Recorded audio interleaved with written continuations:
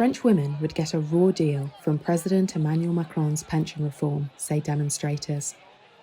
Macron wants to raise the retirement age by 2 years to keep the pension system out of the red.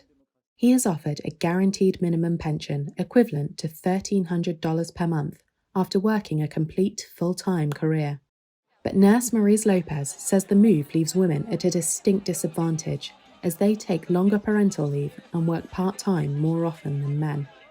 Lopez took to the streets on Thursday as part of a nationwide strike. She says that raising the retirement age to 64 from 62 and the number of years workers must pay in from 42 to 43 to receive a full pension will make it even harder for women to qualify.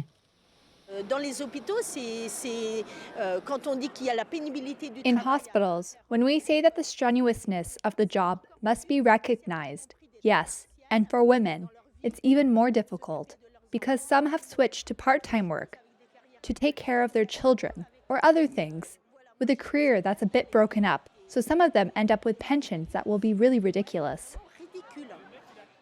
Lopez, now 50, could retire at 57 due to the strenuous nature of her work. She would get €850 a month if she did, but she says she would need to work until 64 to get a pension she could reasonably live on. She fears it could be even later. Anyone who is not paid into the system for long enough can't retire until 67 to get a full pension.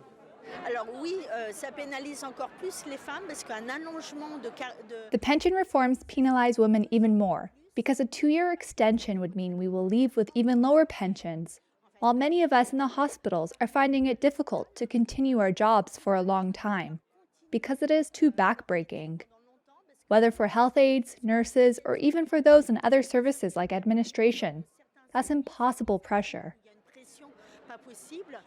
Opinion polls show most French oppose the measure, and more than 1 million people joined the protests on Thursday.